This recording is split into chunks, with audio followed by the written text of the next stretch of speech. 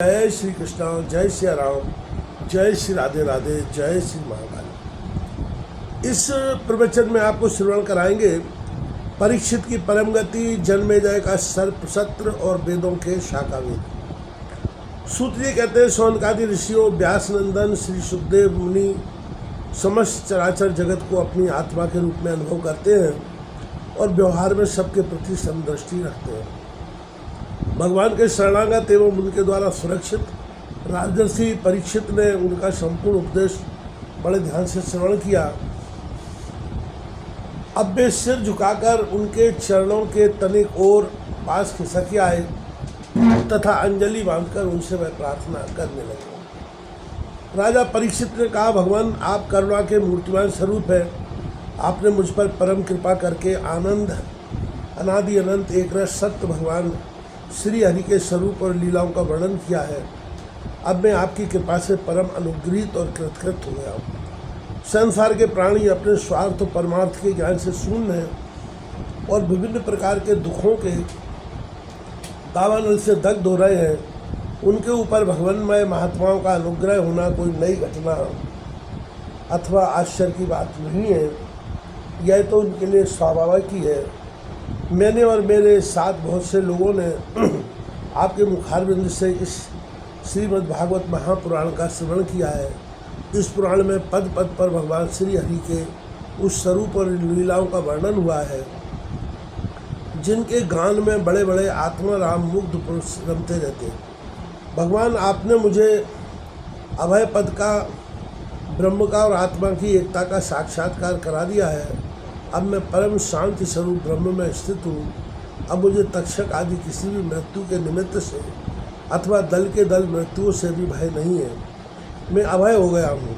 ब्रह्मन, अब आप मुझे आज्ञा दीजिए कि मैं अपनी वाणी बंद कर लूँ, मौन हो जाऊँ और साथ ही कामनाओं के संस्कारों से रहित चित्त को इंद्रियातीत परमात्मा के स्वरूप में विलीन करके अपने प्राणों का त्याग कर दूँ। आपके द्वारा उपदेश किए हुए ज्ञान और विज्ञान में परिनिष्ठित हो जाने से मेरा अज्ञान सर्वथा के लिए नष्ट हो गया है। आपने भगवान के परम कल्याणमय स्वरूप का मुझे साक्षात्कार करा दिया है। सूत जी कहते हैं, शौनकादि ऋषियों, राजा परीक्षित ने भगवान श्री सुखदेव जी से इस प्रकार कहकर बड़े प्रेम से उनकी पूजा की। अब वे परीक्षित से विदा लेकर समागत त्यागी महात्माओं, भिक्षुओं के साथ वहाँ से चले गए। राजर्षि परीक्षित ने बिना किसी बाह्य सहायता के स्वयं ही अपने अंतरात्मा को परमात्मा के चिंतन में समाहित किया और ध्यानमग्न हो गए। उस समय उनका श्वास प्रश्वास भी नहीं चलता था। ऐसा जान पड़ता था मानो कोई वृक्ष का ठूंठ हो। उन्होंने गंगा जी के तट पर कुशों को इस प्रकार बिछा रखा था जिसमें उनका अग्रभाग पूर्व की ओर हो और उन पर स्वयं उत्तर मोए होकर बैठे हुए थे। उनकी आसक्ति और संशय तो पहले ही मिट चुके थे। अब वे ब्रह्म और आत्मा की एकता रूप महायोग में स्थित होकर ब्रह्मस्वरूप हो गए। शौनकादि ऋषियों, मुनि कुमार संगी ने क्रोधित होकर परीक्षित को साथ दे दिया था। अब उनका भेजा हुआ तक्षक सर्प राजा परीक्षित को डसने के लिए उनके पास चला। रास्ते में उसने कश्यप को वहीं से लौटा दिया, उन्हें राजा के पास न जाने दिया और स्वयं ब्राह्मण के वेश में छिपकर, क्योंकि वह इच्छानुसार रूप धारण कर सकता था, राजा परीक्षित के पास गया और उन्हें डस लिया। राजर्षि परीक्षित तक्षक के डसने से के पहले ही ब्रह्म में स्थित हो चुके थे। अब तक्षक के विष की आग से उनका शरीर सबके सामने ही जलकर भस्म हो गया। पृथ्वी, आकाश, सब दिशाओं में बड़े जोर से हाय हाय की ध्वनि होने लगी। देवता, असुर, मनुष्य सबके सब परीक्षित की यह परम गति देखकर विस्मित हो गए। देवताओं की दुंदुभियाँ अपने आप बज उठीं। गंधर्व व अप्सराएं गान करने लगीं। देवता लोग साधु साधु के नारे लगाकर पुष्पों की वर्षा करने लगे। जब जन्मेजय ने सुना कि तक्षक ने मेरे पिताजी को डस लिया है तो उसे बड़ा क्रोध हुआ। अब वह ब्राह्मणों के साथ विधिपूर्वक सर्पों का अग्निकुंड में हवन करने लगा। तक्षक ने देखा कि जन्मेजय के सर्प शस्त्र की प्रज्वलित अग्नि में बड़े बड़े महासर्प भस्म होते जा रहे हैं। तब वह अत्यंत भयभीत होकर देवराज इंद्र की शरण में गया। बहुत सर्पों के भस्म होने पर भी तक्षक ना आया। यह देखकर परीक्षित रंजन राजा जन्मेजय ने ब्राह्मणों से कहा कि ब्राह्मणों, अब तक सर्पाधम तक्षक क्यों नहीं भस्म हो रहा है? ब्राह्मणों ने कहा, राजेंद्र, तक्षक इस समय इंद्र की शरण में चला गया है और वे उसकी रक्षा कर रहे हैं। उन्होंने ही तक्षक को स्तंभित कर दिया है, इसी से वह अग्निकुंड में गिरकर भस्म नहीं हो रहा है। परीक्षित रंजन जन्मेजय बड़े ही बुद्धिमान और वीर थे। उन्होंने ब्राह्मणों की बात सुनकर ऋत्विजों से कहा कि ब्राह्मणों, आप लोग इंद्र के साथ तक्षक को क्यों नहीं अग्नि में गिरा देते? जन्मेजय की बात सुनकर ब्राह्मणों ने उस यज्ञ में इंद्र के साथ तक्षक का अग्निकुंड में आह्वान किया। उन्होंने कहा, रे तक्षक, तुम मरुदगढ़ के सहचर इंद्र के साथ इस अग्निकुंड में शीघ्र आ पड़ा। जब अब ब्राह्मणों ने इस प्रकार आकर्षक मंत्र का पाठ किया, तब इंद्र अपने स्थान स्वर्गलोक से विचलित हो गए। विमान पर बैठे हुए इंद्र तक्षक के साथी बहुत घबरा गए और उनका विमान भी चक्कर काटने लगा।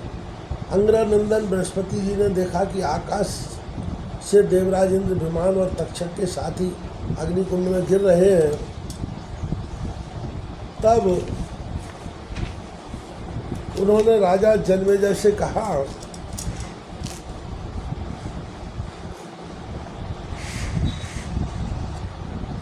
नरेंद्र, सर्पराज तक्षक को मार डालना आपके योग्य काम नहीं है। यह अमृत पी चुका है, इसलिए यह अजर और अमर है। राजन, जगत के प्राणी अपने अपने कर्मों के अनुसार ही जीवन मरण और मरणोत्तर गतिविधि प्राप्त करते हैं। कर्म के अतिरिक्त और कोई भी किसी को सुख दुख नहीं दे सकता। जन्मेजय, यूँ तो बहुत से लोगों की मृत्यु सांप, चोर, आग, बिजली आदि से तथा भूख प्यास, रोग आदि निमित्तों से होती है, परंतु यह तो कहने की बात है। वास्तव में तो सभी प्राणी अपने प्रारब्ध कर्म का ही उपभोग करते हैं। राजन, तुमने बहुत से निरपराध सर्पों को जला दिया है। इस अविचार यज्ञ का फल केवल प्राणियों की हिंसा ही है, इसलिए इसे बंद कर देना चाहिए, क्योंकि जगत के सभी प्राणी अपने अपने प्रारब्ध कर्म का ही भोग कर रहे हैं। सूत जी कहते हैं, शौनकादि ऋषियों महर्षि बृहस्पति जी की बात का सम्मान करके जन्मेजय ने कहा कि आपकी आज्ञा शिरोधार है। उन्होंने सर्प शस्त्र बंद कर दिया और देवगुरु बृहस्पति जी की विधिपूर्वक पूजा की। ऋषिगण, जिससे विद्वान ब्राह्मण को भी क्रोध आया, राजा को शाप हुआ, मृत्यु हुई, फिर जन्मेजय को क्रोध आया, सर्प मारे गए। यह वही भगवान विष्णु की महामाया है। यह अनिर्वचनीय है। इसी से भगवान के स्वरूपभूत जीव क्रोधादि गुण वृत्तियों के द्वारा शरीरों में मोहित हो जाते हैं, एक दूसरे को दुख देते और भोगते हैं और अपने प्रयत्न से इसको निवृत्त नहीं कर सकते। विष्णु भगवान के स्वरूप का निश्चय करके उनका भजन करने से ही माया से निवृत्ति होती है। इसलिए उनके स्वरूप का निरूपण सुनो। यह दंभी है, यह कपटी है। इत्याकारक बुद्धि में बार बार जो दम्भ कपट का स्मरण होता है, वही माया है। जब आत्मवादी पुरुष आत्मचर्चा करने लगते हैं, तब वह परमात्मा के स्वरूप में निर्भय रूप से प्रकाशित नहीं होती, किंतु भयभीत होकर अपना मोह आदि कार्य न करती हुई किसी प्रकार रहती है। इस कार्य में उसका प्रतिपादन किया गया है। माया के आश्रित नाना प्रकार के विवाद मतवाद भी परमात्मा के स्वरूप में नहीं है, क्योंकि वे विशेष विषयक हैं और परमात्मा निर्विशेष है। केवल वाद विवाद की तो बात ही क्या, लोक परलोक के विषयों के संबंध में संकल्प विकल्प करने वाला मन भी शांत हो जाता है। कर्म उसके संपादन की सामग्री और उनके द्वारा साध्य कर्म, इन तीनों से अन्वित अहंकारात्मक जीव, यह सब जिसमें नहीं है, वह आत्मस्वरूप परमात्मा ना तो कभी किसी के द्वारा बाधित होता है और ना ही किसी का विरोधी ही है। जो पुरुष उस परम पद के स्वरूप का विचार करता है, वह मन की मायामयी लहरें अहंकार आदि का बात करके स्वयं अपने आत्मस्वरूप में विहार करने लगता है। जो मुमुक्षु एवं विचारशील पुरुष परम पद के अतिरिक्त वस्तु का परित्याग करते हुए नेति नेति के द्वारा उसका निषेध करके ऐसी वस्तु प्राप्त करते हैं जिसका कभी निषेध नहीं हो सकता और ना ही कभी त्याग ही। वही विष्णु भगवान का परम पद है। यह बात सभी महात्मा और श्रुतियाँ एक मत में स्वीकार करती हैं। अपने चित्त को एकाग्र करने वाले पुरुष अंतःकरण की अशुद्धियों को, अनात्म भावनाओं को सदा सर्वदा के लिए मिटाकर अनन्य प्रेम भाव से परिपूर्ण हृदय के द्वारा उसी परम पद का आलिंगन करते हैं और उसी में समा जाते हैं। विष्णु भगवान का यही वास्तविक स्वरूप है, यही उनका परम पद है। इसकी प्राप्ति उन्हीं लोगों को होती है जिनके अंतःकरण में शरीर के प्रति अहंभाव नहीं है और ना तो इसके संबंधी ग्रह आदि पदार्थों में ममता ही।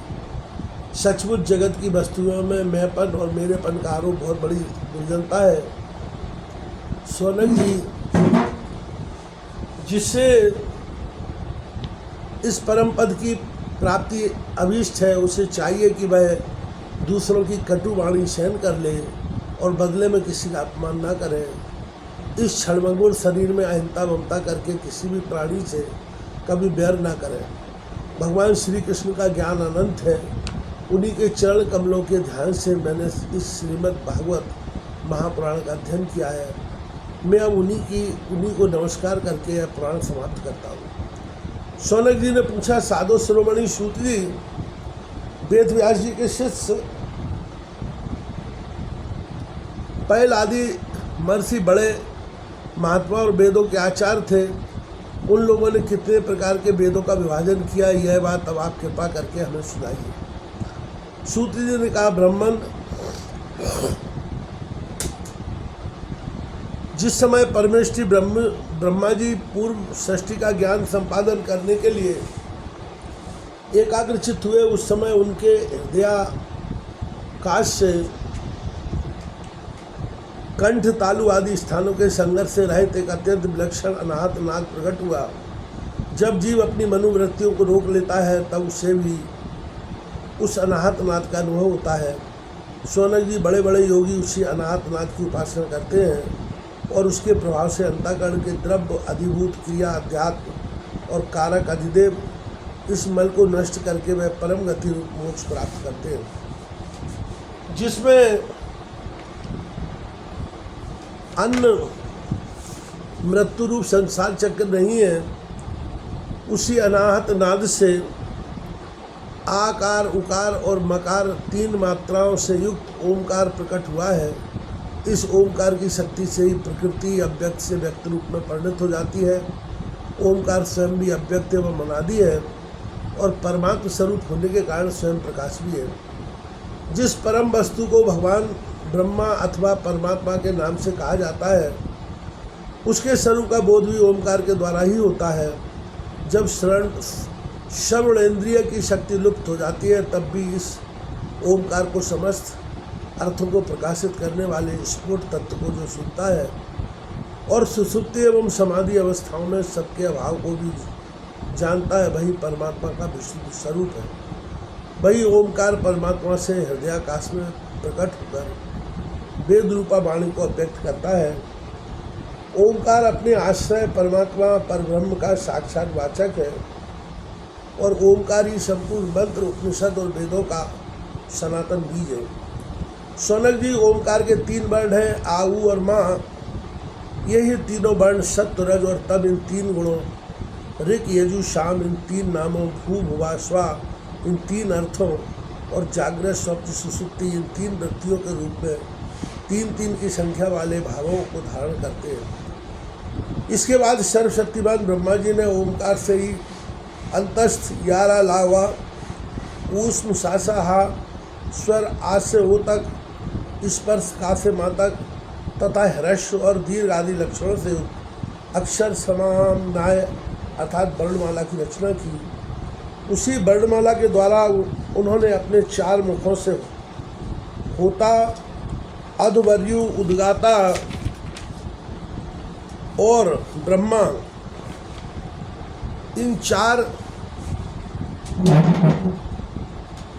ऋतजों के कर्म बतलाने के लिए ओमकार और व्याहतियों के सहित 4 वेद प्रकट किए और अपने पुत्र ब्रह्मर्षि मरीच आदि को वेदाध्ययन में कुशल देखकर उन्हें वेदों की शिक्षा दी। वे सभी जब धर्म का उपदेश करने में निपुण हो गए तब उन्होंने अपने पुत्रों को उनका अध्ययन कराया। तदनंतर उन्हीं लोगों के नैष्ठिक ब्रह्मचारी शिष्य प्रशिष्यों के द्वारा चारों युगों में संप्रदाय के रूप में वेदों की रक्षा होती रही। द्वापर के अंत में महर्षियों ने उनका विभाजन भी किया।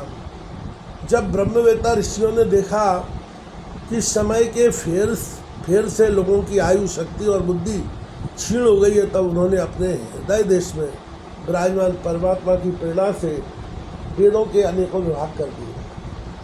शौनक जी इस वैवस्वत मनवंतर में भी ब्रह्मा, शंकर आदि लोकपालों की प्रार्थना से अखिल विश्व के जीवन दाता भगवान ने धर्म की रक्षा के लिए महर्षि पराशर द्वारा सत्यवती के गर्भ से अपने अंशांश कला स्वरूप व्यास के रूप में अवतार ग्रहण किया। परम भाग्यवान शौनक जी, उन्होंने ही वर्तमान युग में वेद के 4 विभाग किए हैं। जैसे मणियों के समूहों में विभिन्न जाति की मणियाँ छांटकर अलग अलग कर दी जाती हैं, वैसे ही महामती भगवान व्यास देव ने मंत्र समुदाय से भिन्न भिन्न प्रकरणों के अनुसार मंत्रों का संग्रह करके उनसे ऋग, यजु, साम और अथर्व ये 4 संहिताएँ बनवाई और अपनी 4 शिष्यों को बुलाकर प्रत्येक को एक एक संहिता की शिक्षा दी। उन्होंने वह वृक्ष नाम की पहली ऋग संहिता, पहल को निगद नाम की दूसरी यजु संहिता, वैशंपायन को शाम सुर्खियों की छंदों संहिता, जैमिनी को और अपने शिष्य सुमंतु को अथर्वागिरी संहिता का अध्ययन कराया। शौनक जी, पेल मुनि ने अपनी संहिता के 2 विभाग करके एक का अध्ययन प्रति इंद्र प्रभृति को, दूसरे का बाष्कल को कराया।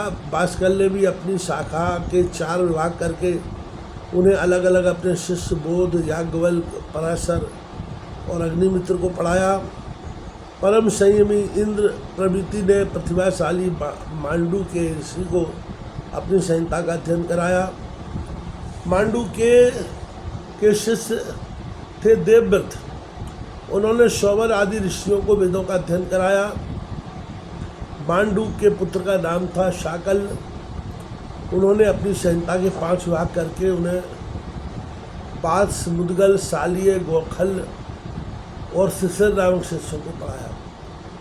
शाकल के एक और शिष्य थे जातु कर्ण मुनि, उन्होंने अपनी संहिता के 3 विभाग करके तत्व संबंधी निरुक्त के साथ अपने शिष्य बलाक, पैज, बैताल और बिरज को पढ़ाया। बाष्कल के पुत्र बाष्कली ने सब शाखाओं से एक बालखिल नाम की शाखा रची, उसे बालायानी, भज्य एवं काशार ने ग्रहण किया।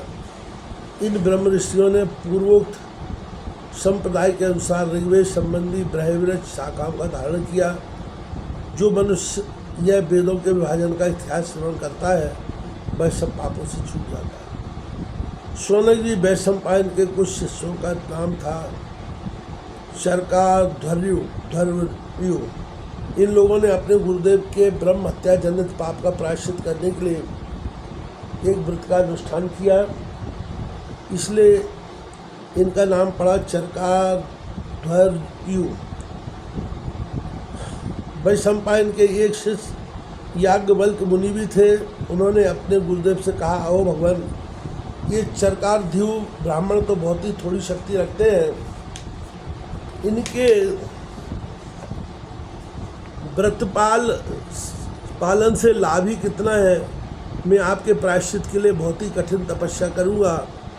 याज्ञवल्क्य मुनि की यह बात सुनकर वैशंपायन मुनि को क्रोध आ गया। उन्होंने कहा, बस चुप रहो, तुम्हारे जैसे ब्राह्मणों का अपमान करने वाले शिष्य की मुझे कोई आवश्यकता नहीं है। देखो, अब तक तुमने मुझसे जो कुछ अध्ययन किया है उसका शीघ्र से शीघ्र त्याग कर दो और यहाँ से चले जाओ। याज्ञवल्क्य जी देवरात के पुत्र थे, उन्होंने गुरु की आज्ञा पाते ही उनके पढ़ाए हुए यजुर्वेद का भ्रमण कर दिया और वे वहाँ से चले गए। जब मुनियों ने देखा कि याज्ञवल्क्य ने तो यजुर्वेद का बमन कर दिया, तब उनके चित्त में इस बात के लिए बड़ा लालच हुआ कि हम लोग किसी प्रकार इसको ग्रहण कर लें, परंतु ब्राह्मण होकर उबले हुए मंत्रों को ग्रहण करना अनुचित है, यह सोचकर वे तीतर बन गए और उस संहिता को चुग लिया। इसी से यजुर्वेद की वह परम रमणीय शाखा तैत्तिरीय के नाम से प्रसिद्ध हुई। शौनक जी, अब याज्ञवल्क्य ने सोचा कि मैं ऐसी श्रुतियाँ प्राप्त करूं जो मेरे गुरु के पास भी न हो। इसके लिए वे सूर्य भगवान का उपस्थान करने लगे। याज्ञवल्क्य जी इस प्रकार उपस्थान करते हैं, मैं ओमकार स्वरूप भगवान सूर्य को नमस्कार करता हूँ। आप संपूर्ण जगत के आत्मा और काल स्वरूप है। ब्रह्मा से लेकर त्रिल पर्यंत जितने भी जरायुज, अंडज, सोजज और उद्भिज 4 प्रकार के प्राणी हैं, उन सबके हृदय देश में और बाहर आकाश के समान व्याप्त रहकर भी आप उपाधि के धर्मों से असंग रहने वाले अद्वितीय भगवान ही हैं। आप ही क्षण, लब, निमेष आदि अवयवों से संगठित संवत्सरों के द्वारा एक जल के आकर्षण विकर्षण आदान प्रदान के द्वारा समस्त लोगों की जीवन यात्रा चलाते हैं। प्रभु, आप समस्त देवताओं में श्रेष्ठ हैं। जो लोग प्रतिदिन तीनों समय वेद विधि से आपकी उपासना करते हैं, उनके सारे पाप और दुखों के बीजों को आप भस्म कर देते हैं। सूर्यदेव, आप सारी सृष्टि के मूल कारण एवं समस्त ऐश्वर्यों के स्वामी हैं, इसलिए हम आपके इस तेजोमय मंडल का पूरी एकाग्रता के साथ ध्यान करते हैं। आप सबके आत्मा और अंतर्यामी हैं। जगत में जितने चराचर प्राणी हैं, सब आपके ही आश्रित हैं। आप ही उनके अचेतन मन, इंद्रिय और प्राणों के प्रेरक हैं।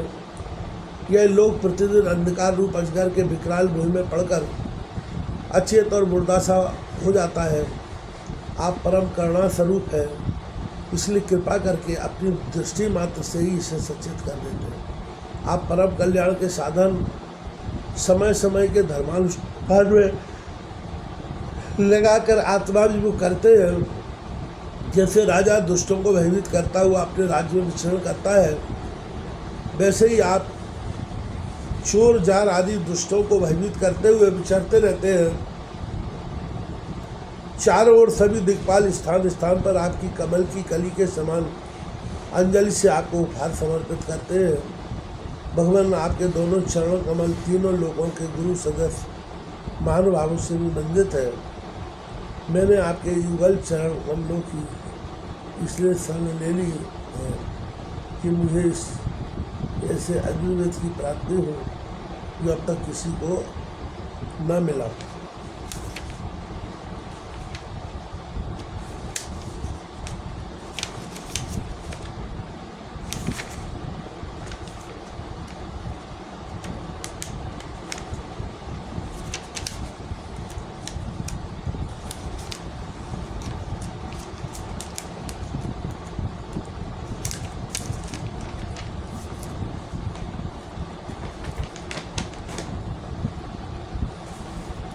सूत जी कहते हैं, स्वयं आदि ऋषियों, जब याज्ञवल्क्य मुनि ने भगवान सूर्य की इस प्रकार स्तुति की, तब वे प्रसन्न होकर उनके सामने अश्व रूप से प्रकट हुए और उन्हें यजुर्वेद के उन मंत्रों का उपदेश किया जो अब तक किसी को प्राप्त न हुए थे। इसके बाद याज्ञवल्क्य मुनि ने यजुर्वेद के असंख्य मंत्रों से उसकी 15 शाखाओं की रचना की।